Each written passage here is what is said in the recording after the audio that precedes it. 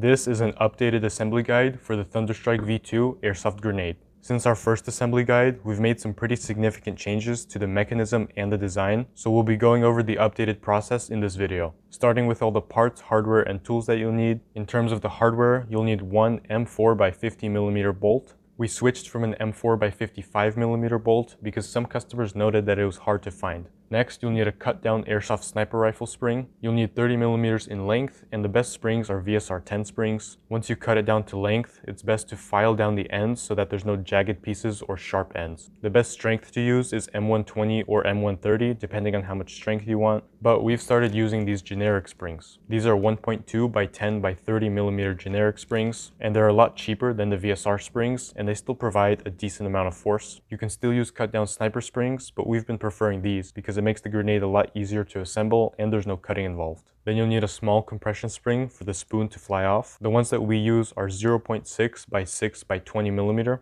The 0.6mm wire diameter provides the perfect balance of strength, as 0.7 is a little bit too strong and 0.5 is too weak. You can still use any strength you want and experiment, but these are the ones that we use. And the last part of the hardware is the pin. You could use special grenade pins, but the cheapest option is these split cotter pins. The exact dimensions of these are 1/8 inch by 1¼ inch, which is about 3.25mm and 30mm. And obviously you'll also need a keychain ring. As far as other items go, you'll need some adhesive for the bolt and hot glue to hold down the spring. You could use any other glue, but hot glue works the best. And the adhesive that you use is very important, so do not use Loctite or thread locker. The reason for this is because Loctite actually corrodes plastic and will lead to issues inside of the mechanism. So make sure to use some sort of glue or plastic safe adhesive. We currently use Gorilla Glue, but you could go with something stronger. Now to the actual assembly, we'll start by cleaning and post-processing all of the printed parts.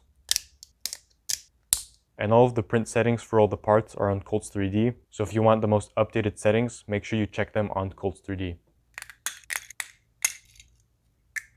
Once we've got all the parts prepped and ready, we'll need to thread the bolt all the way through the rotating catch.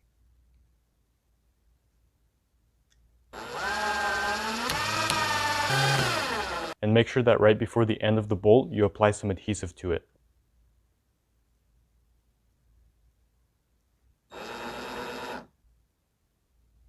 Once you've got that fully tightened up, you can remove the excess adhesive. And once you've got that done, you can drop the bolt assembly into the fuse.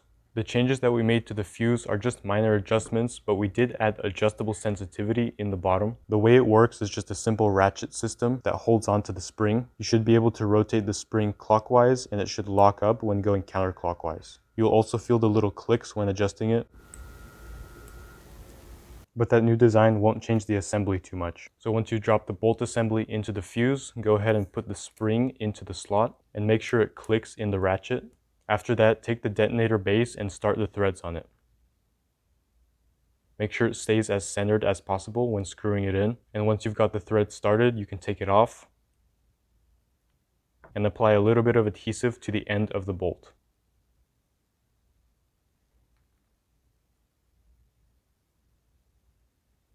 Just simply screw it in all the way until the bolt becomes flush with the bottom of the detonator base. And a quick tip for this part, to prevent the rotating catch from going loose, you can hold it in with a screwdriver while screwing in. That way it makes it easier and prevents the catch from spinning loose. So once the bolt is flush with the detonator, like this, that's when you can stop screwing. And you can test the ratchet mechanism by spinning the spring clockwise, and it should lock up when you spin counterclockwise. Now the last step is to secure the small compression spring into the fuse. You could use any type of glue, but hot glue works the best.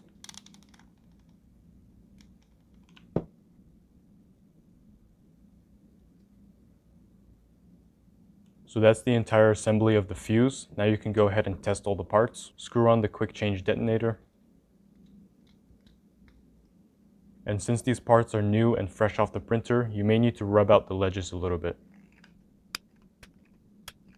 After that, you can go ahead and adjust the sensitivity to whatever setting that you like. To do this, simply rotate the spring clockwise inside of the mechanism and make sure it locks up when rotating counterclockwise, and then test it from there.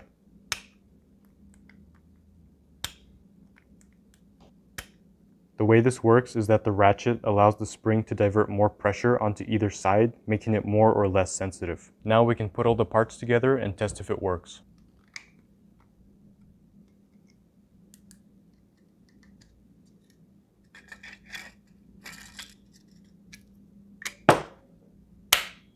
So that's the full updated assembly guide for the ThunderStrike V2. Whenever we make major changes or even minor updates, we'll always update the description of the Colts listing to match the assembly. So if you want the most up-to-date 3D print settings and assembly, make sure to check that on Colts 3D. And if you want to check out any of our other designs, you can find them there too.